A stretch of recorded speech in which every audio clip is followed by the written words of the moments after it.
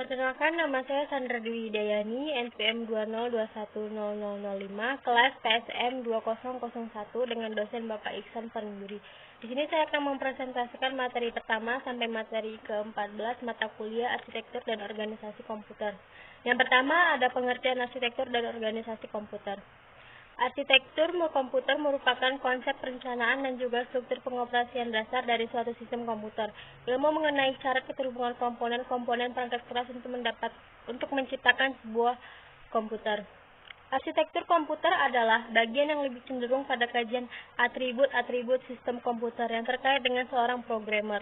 Contohnya set instruksi, aritmatika yang digunakan, teknik pengalaman, mekanisme, I/O. Selanjutnya, evolusi dan kinerja komputer. Sejarah komputer. Komputer generasi pertama namanya tabung vakum. Tahun 1945 sampai 1955. ENIAC atau Electronic Numeral Integrator and Computer. Pada tahun 1946 dirancang dan dibuat oleh John McLeod dan John Presper Eckert di Universitas Pennsylvania, merupakan komputer digital elektronik untuk kebutuhan umum pertama di dunia. ENIAC dibuat dan dibawa lembaga Army Ballistic Research Laboratory, sebuah badan yang bertanggung jawab dalam pembuatan jarak dan tabel lintasan. Perlu kendali secara senjata baru. Sebelumnya, tugas ini dilakukan oleh kurang lebih 200 personel dengan menggunakan kalkulator untuk menyelesaikan persamaan matematis peluru kendali yang memakan waktu lama. Selanjutnya, perkembangan komputer. Komputer generasi kedua bernama transistor tahun 1955 sampai 1965. Sejak pesatnya teknologi semikonduktor hingga menghasilkan komponen transistor membawa perubahan besar pada dunia komputer. Komputer era ini tidak lagi menggunakan tabung vakum yang memerlukan daya operasional besar. Tabung-tabung ini digantikan dengan komponen kecil bernama transistor. Konsumsi daya listrik amat kecil dan bentukannya relatif kecil. Transistor ditemukan di Bell Labs pada tahun 1947 dan tahun 1950 telah meluncurkan revolusi elektronika modern. IBM sebagai perusahaan pertama yang meluncurkan produk komputer dengan transistor sehingga tetap mendominasi pangsa pasar komputer. Generasi ketiga bernama Integrated Circuits tahun 1965 sampai 1980. Pada tahun 1958 terjadi revolusi elektronika kembali, yaitu ditemukannya integrated circuit atau IC yang merupakan penggabungan komponen-komponen elektronika dalam suatu paket. Dengan ditemukan IC ini semakin mempercepat proses komputer. Kapasitas memori makin besar dan bentukannya semakin kecil. Generasi keempat, Very Large Scale Integration. Era keempat perkembangan generasi komputer ditandai adanya VLSI. Paket VLSI dapat menampung 10.000 komponen lebih per kepingnya dengan kecepatan operasi mencapai 100 juta operasi per detiknya. Masa-masa ini diawali peluncuran mikroprosesor Intel seri 4004. Mikroprosesor 4004 dapat menambahkan 2 bilangan 4 bit dan hanya dapat mengalihkan dengan cara pengulangan penambahan masing-masing.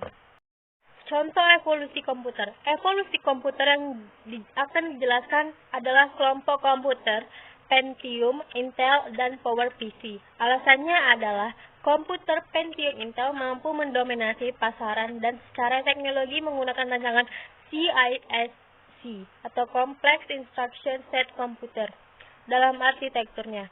Sedangkan PowerPC merupakan kelompok komputer yang menerapkan teknologi RISC. Yang pertama ada Pentium. Yang kedua ada PowerPC. Selanjutnya ada Central Processing Unit. Pengertian dari CPU. CPU merupakan perangkat keras komputer yang memiliki tugas untuk menerima dan melaksanakan perintah dan data dari perangkat lunak.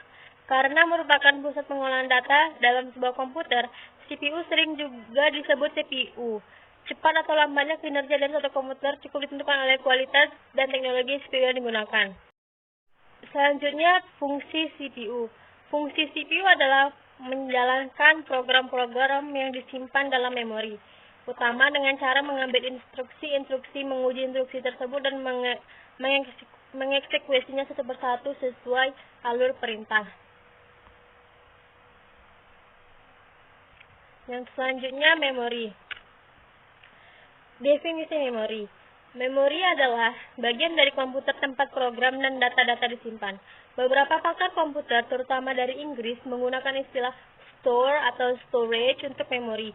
Meskipun kata storage sering digunakan untuk menunjukkan penyimpanan disket. Tanpa sebuah memori sebagai tempat untuk mendapatkan informasi guna dibaca dan ditulis oleh prosesor, maka tidak akan ada komputer-komputer digital dengan istilah penyimpanan program. Selanjutnya, operasi sel memori. Elemen dasar memori adalah sel memori. Walaupun digunakan sejumlah teknologi elektronik, seluruh sel memori memiliki sifat-sifat tertentu. Sel memori memiliki dua keadaan stabil atau semi-stabil, yang dapat digunakan untuk mempresentasikan bilangan binar atau 0, 2. Sel memori mempunyai kemampuan untuk ditulis, sedikitnya 1 kali. 3 sel memori mempunyai kemampuan untuk dibaca. Umumnya sel memori mempunyai 3 terminal fungsi yang mampu membawa sinyal listrik. Terminal seret berfungsi memilih operasi tulis atau baca. Untuk penulisan, terminal lainnya menyediakan sinyal listrik yang men-set keadaan sel bernilai 1 atau 0, sedangkan atau operasi pembacaan terminal ini digunakan sebagai keluaran. Selanjutnya, materinya ada bahasa assembly. Bahasa assembly adalah bahasa komputer yang kedudukannya di antara bahasa mesin dan bahasa level tinggi, misalnya bahasa C, C++, Pascal, Turbo Basic, Java, dan sebagainya. Bahasa C atau Pascal dikatakan sebagai bahasa level tinggi karena jauh berbeda dengan bahasa manusia sesungguhnya. Assembler adalah program yang bekerja membantu penulisan instruksi dalam format bahasa Inggris sehingga mudah dibaca dan mudah dipahami. Yang selanjutnya ada sistem bus. Pengertian sistem bus merupakan sistem di mana komponen-komponen dalam sebuah komputer terhubung dengan baik untuk mengerjakan tugasnya. Bus adalah jalur komunikasi yang dibagi pemakai suatu set kabel tunggal yang digunakan untuk menghubungkan sebagai subsistem. Bus system adalah sebuah bus yang menghubungkan komponen-komponen utama komputer atau CPU, memori, I/O. Yang terakhir ada algoritma penjadwalan proses. First come, first serve atau CFPS merupakan algoritma penjadwalan CPU yang paling sederhana. Proses yang lebih dahulu akan dilayani lebih dahulu. Kalau ada proses tiba pada waktu yang sama, maka pelayanan mereka dilaksanakan berdasarkan urutan dalam antrian. Dan yang terakhir, proses di antrian belakang harus menunggu sampai semua proses di depannya selesai. Yang kedua ada shortest job first. Di sini terdiri dari dasar prioritas adalah pendeknya proses. Makin pendek atau singkat proses, makin tinggi prioritasnya. Langkah pertama, tentukan urutan prioritas berdasarkan pendeknya proses yang dilayani. Yang kedua, penentuan proses mana yang dilayani oleh pemroses. Yang ketiga ada priority scheduling.